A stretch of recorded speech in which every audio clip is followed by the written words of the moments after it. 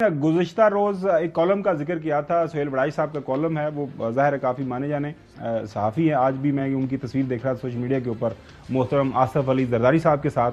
तो उन्होंने अपने कॉलम के अंदर एक मशवरा दिया था। वो मशवरा ये था कि मोहतरम आसफ अली जरदारी साहब और मोहतरम नवाज़ शरीफ साहब हमारे ताहियात कायद जो हैं, उनको मशवरा करके जाना चाहिए जो बानी पीटीआई उनके पास, और अगर एक दफ़ा मुलाकात से इनकार भी कर दिया तो बार बार उनके पास जाना चाहिए, क्योंकि पाकिस्तान की जो सियासी क़यादत है उनको मिल बैठ के आगे बढ़ने की ज़रूरत है।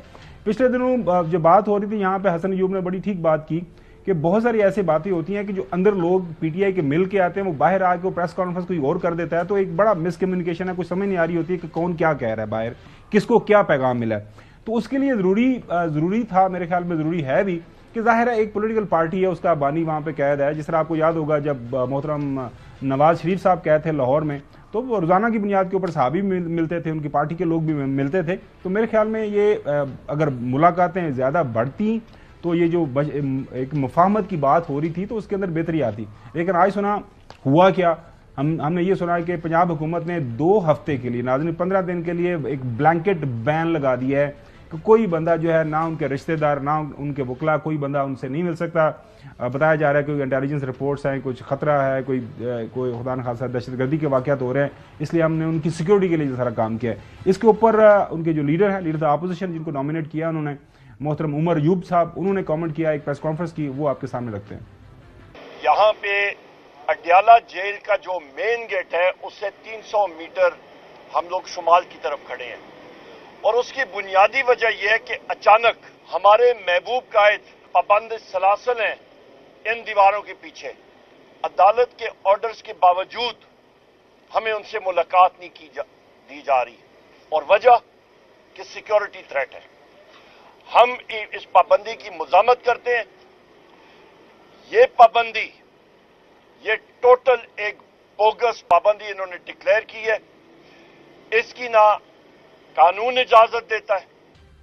अच्छा हसन अयूब, मतलब चले पंजाब हुकूमत के पास कोई अपने ज़ाहिर है कोई वजह होगी, लेकिन जब इस तरह की बात होती है, आज मैं देख रहा शाम से तमाम जो पीटीआई के लीडरान है वो ज़ाहिर है वहाँ पर लाइन बना के खड़े कर रहे हैं। हाँ, तो आपको नहीं लगता ये कोई अच्छा फैसला नहीं है? नहीं, लेकिन ये कह रही है कि सिक्योरिटी इशूज़ है ना, सिक्योरिटी इशूज़ के ऊपर मुख्तलिफ डिपार्टमेंट्स की उनके पास इंफॉर्मेशन थी, उसके ऊपर खाली देखें ना, इसमें बानी चेयरमैन पीटीआई जेल में के अंदर तो नहीं है ना, जेल के अंदर 3-4 हज़ार बंदा और भी प्रिजनर मौजूद है, और हर किस्म का है। बहुत जरूरत है। अच्छा, और सीरियसली जिस तरह होता ये है कि जो टेररिस्ट होते हैं उनका एक प्लान नहीं होता, एक रैकेट के है, 4 लोग गिरफ्तार हुए, उसके कितने लोग हैं, ये उसकी इन्वेस्टिगेशन चल रही है।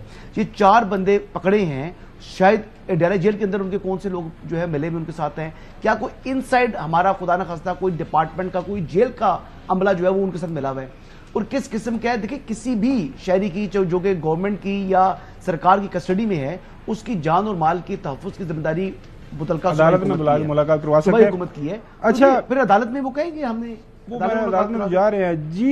मोहतरम चौधरी गुलाम हुसैन साहब, आप हमेशा से ये बात करते हैं कि मुफाहमत की बात होनी चाहिए, मुलाकातें होनी चाहिए, तो ये तो बैन लगा दिया गया है 2 हफ्ते के लिए। 2 हफ्ते काफी है, अभी देखना पड़ेगा। बातचीत तो मैंने पहले भी कहा है कि काफी जगह और काफी सतह पर बातचीत हो रही है। एक आपने कह दिया, एक कोई कंफ्यूजिंग सिग्नल्स आते हैं जब वो लोग मिल के आते हैं, तो अब ये क्लियर है कि उनकी हमशीरा जो है अलीमा खान, जो वो बयान देती हैं on behalf of his her brother बानी पीटीआई, वो ऑथेंटिक होता है। अगर उनके बयान में और किसी और के बयान में फ़र्क हो तो it will be considered, it will be referred back to the बानी चेयरमैन। जी नकवी साहब, आपका रिएक्शन, रद्द अमल इस डेवलपमेंट के ऊपर? सियासी लीडरान बंद होते हैं जेलों के अंदर, तो फिर खबरें तो बनती हैं। जी, मैं पहली चीज तो ये कि अगर वाकई इस तरह की कोई पाबंदी लगी है तो उसकी मैं शदीद मजम्मत करता हूँ।